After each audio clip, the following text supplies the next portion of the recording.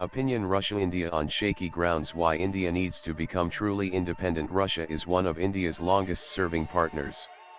During the Cold War, the Soviet Union signed a treaty of friendship with India, which ultimately became the foundation of the relationship between both countries. After decades of trade and cultural exchange, a sense of camaraderie has developed between the citizens of both nations. However, Russia's recent actions have raised eyebrows. First of which is the acknowledgement that US President Donald Trump played a personal and pivotal role in negotiating a ceasefire between India and Pakistan, a claim that India has vehemently denied. The second action is a bit more complex and is rolled up in history, international relations, and regional tensions. Russia's Foreign Minister Sergei Lavrov, now twice in a matter of weeks, has indicated that Russia is genuinely interested in reviving the RIC Russia-India-China under the Troika format. And the Kremlin's public endorsement of Trump's assertion that he personally brokered a ceasefire between India and Pakistan following Operation Sindoor has landed a discordant note in New Delhi. Russian President Vladimir Putin's aide, Yuri Ushakov, stated that the India-Pakistan conflict was resolved through Trump's personal involvement, a claim repeatedly echoed by Trump himself, who even suggested he averted a nuclear disaster by leveraging US trade access as a bargaining tool. India, however, has consistently and vehemently denied any third-party mediation.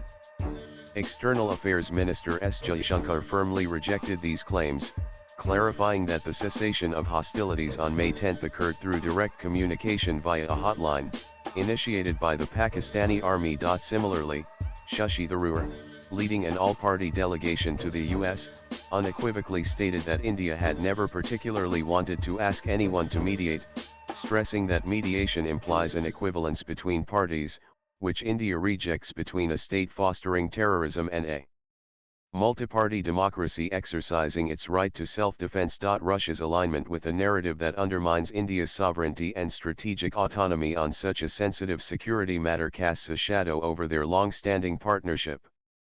Adding to it, National Security Advisor Ajit Doval has also cancelled his planned trip to Russia. And against this backdrop, Russian Foreign Minister Sergei Lavrov's repeated calls for the revival of the Russia-India-China RIC Troika, citing significantly eased tensions between New Delhi and Beijing, appear left field. The RIC format, established in 1996 to challenge US unipolarity, has been largely dormant since the deadly Galwan Valley clashes in June 2020.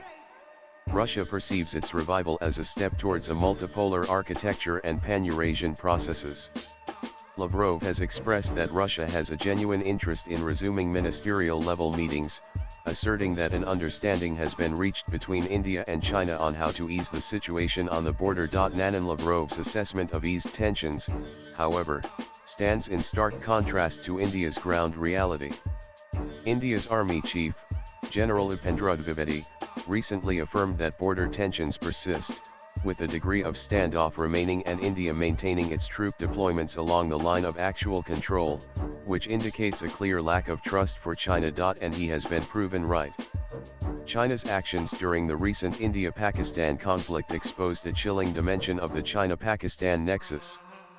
Pakistan extensively employed Chinese weapons systems and manufactured jets in its retaliation, attacking Indian soil. China provided significant strategic aid, including helping Pakistan reorganize its radar and air defense systems and adjusting satellite coverage over India during the critical 15-day period from the Pahalgam massacre to the start of large-scale fighting.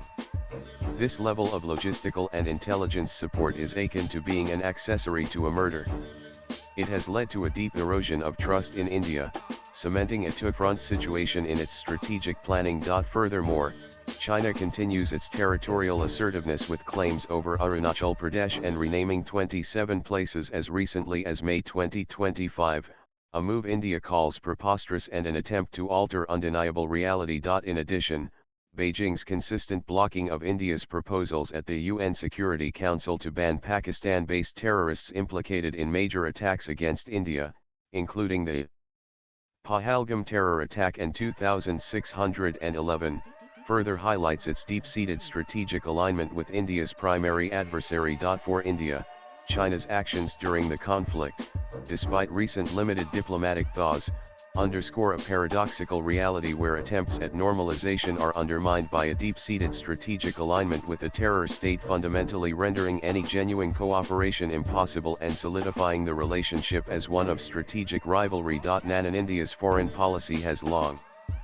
been characterized by strategic autonomy, a delicate balancing act that Russia often misconstrues, particularly regarding India's participation in the Quad.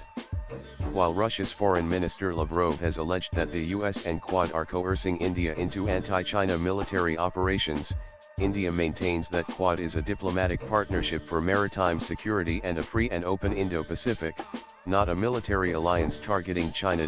India's neutrality on the Russia-Ukraine conflict, including abstaining from UN resolutions, and Prime Minister Modi's concurrent engagements with both Western and Russian leaders, underscore its commitment to multi-alignment, rather than outright alliance with any single power bloc. India has continued to buy crude oil despite sanctions on the sale of Russian crude oil, underlining the relationship that both these nations share. Despite Russia retaining a degree of strategic trust and remaining a key defense supplier, the recent diplomatic gaffes and the push for a problematic RIC revival might force India to re-evaluate its foreign policy foundations. China's continued support for Pakistan's military capabilities and its diplomatic protection of Pakistan-based terrorist organizations means that the India-China relationship cannot evolve beyond a transactional one, fraught with underlying tensions. While economic interdependence with China is substantial, highlighted by a significant trade deficit and reliance on Chinese components, India's strategic imperatives, including managing a potential two-front situation, necessitate strengthening diverse partnerships, especially in its South-South axis. Swipe left for next video. Russia's actions are jarring, from endorsing a disputed ceasefire narrative to advocating a troika with an actively hostile China. It pushes India to prioritize its own security and strategic interests with even greater determination. India must continue to strengthen partnerships with countries across the Indo-Pacific, Europe, and the Southern Hemisphere, and position itself as a leader of the global South. India's challenge now is to navigate this complex geopolitical landscape by becoming truly independent, resisting global geopolitical headwinds that compromise its core security interests, and forging a path ensuring its long-term stability and growth. Views expressed in the above piece are personal and solely that of the author. They do not necessarily reflect News 18's views. Latest blogs